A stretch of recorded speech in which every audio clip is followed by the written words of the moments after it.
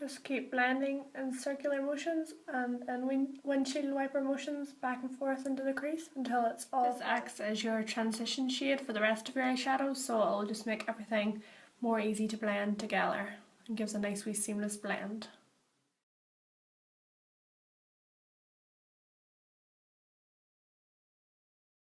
Now I'm taking a MAC 217 and just pushing that product into the crease with minimal pressure to make sure it doesn't go on too chalky. Using a MAC 217 for this sort of does the work for you as it blends everything together at the same time, but obviously you have to go on to blend more so after. I'm going for more of a smoky look today, but I'm going to build the warmth just to give more dimension in the crease, and also just by buffing back in with the same blending brush I used first and just blending them shades together, just in circular motions and windshield wiper motions.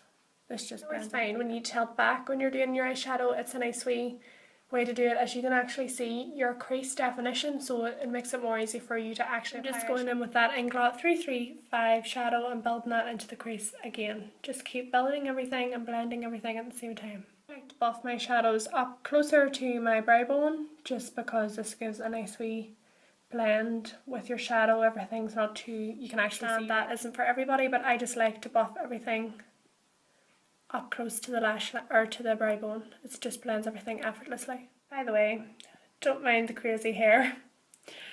I'm not too Snapchat appropriate at the minute, but who cares? You think you've blended it all? Blend some more.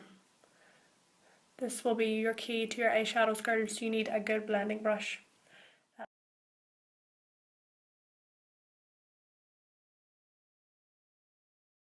I'm now going in with the Zoeva 231, tapping off the excess and just building MAC red brick into the crease also. Same steps, girls. Real light pressure, circular motions up into the crease and the outer corner. I've applied this all through the crease and now I'm just blending yet again. Blending.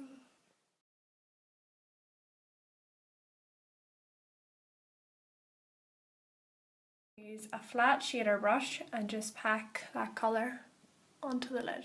Oh, just going to do the same step again. Just packing it on. We've applied the shadow. I'm just going to go in and just blend the two colours together. So take the original pointed brush and just blend it up into the crease. In with a Morphe 330 brush. This is sort of pointed, so it'll give you nice precision, and it is clean, so just blending all together. You look like you're losing any intensity of the shadows, just follow the same steps over and over again until you feel like you've got the right pigmentation. I really recommend the Too Faced eyeshadow palettes. They are fantastic. They have so many different colours that you can do so many different looks. Should we add some sparkle in some way? I don't know. I just feel like I look so crazy. I'm so not used to this at all. I'm going to do underneath my eyes just to see if it gets any nicer because I'm freaking out a wee bit. I look like crazy. MAC 217 and that first original peanut butter shade from the Too Faced palette. I'm blending it all underneath the lash line. Follow the exact same steps we done with the crease. So all the shades, the exact same steps as the actual lid. This is the Inglot shade here now. Oh gosh almighty. Sorry, I don't know what happened to that clip of the red brick, but I used an Inglot 10S brush and applied the red brick closer to the lash line. Inglot 32T brush.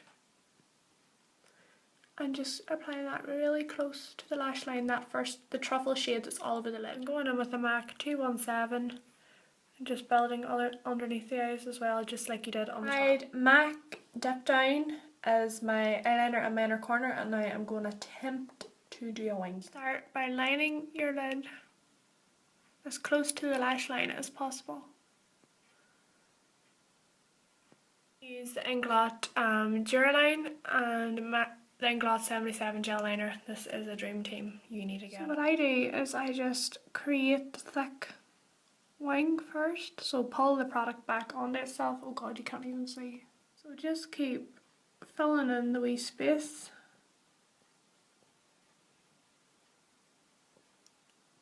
And like pulling the product. Having the right brush for this is always key, girls. You need the right brush. Oh, sorry I couldn't do the wing liner at all on camera, but I'm now going in with the Inglot 73 or the Inglot HD foundation shade. I want to see what way this works, as I've heard good reports about it, but I've obviously never used it myself. I'll let you know how it wears and everything. I'm not used to these dark eyes at all, like I'm freaking out. Off the bat, I really like this foundation, it's covering really well, but I don't know what the longevity or the wear has been like, as I haven't seen a lot of people talk about it. This is always how I apply my foundation on everybody. That's why I have so many of them. I just think it gives the most flawless coverage. I know a lot of you hate it with a passion.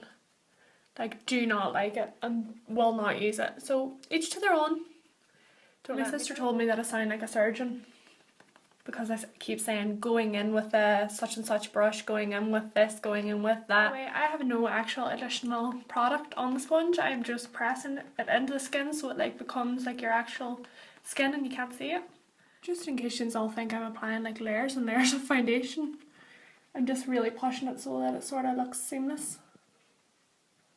I don't ever swipe, like drag down or push up whenever I'm using this sponge. I always push it in. That's a really nice finish for just like no concealer or anything else, or no powder. I'm going to use the NARS concealer today. This is the Radiant Creamy Concealer in shade Chantilly. I don't ever take it like too far underneath the eyes because these concealers are really high coverage. Just wee bits. Just go in with that beauty blender or Real Technique sponge and just push it into the areas where you want to like highlight. I've explained this before, I like highlight and conceal at the same time. A lot of people don't do this, but I do it just because it speeds up the process. I've explained this before, I like highlight and conceal at the same time. A lot of people don't do this, but I do it just because it speeds up the process. Here's the finished look. Don't mind the bush of the hair, it's mine. When it naturally dries it be a bit crazy, but I feel a wee bit better with it with a real nude lip. Just to sort of take away from the dramatic eyes.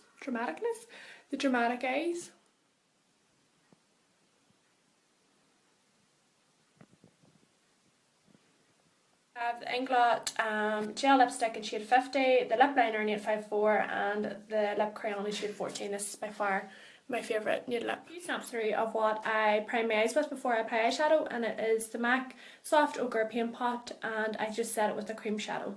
This just gives a nice squeeze. Blush and highlight is Bourjois Chocolate Bronzer, MAC Melba Blush and MAC Soft and Gentle Highlight, which I just love again. Brows are the NYX Brow Gels, which I've been using for about a month now and I am obsessed with. If you can buy them on Boots online, and I posted the shades. I use shade 2. There is a lighter shade than this also, which is just more suitable for real fair blondes, but my eyebrows will be quite dark naturally, so I can't.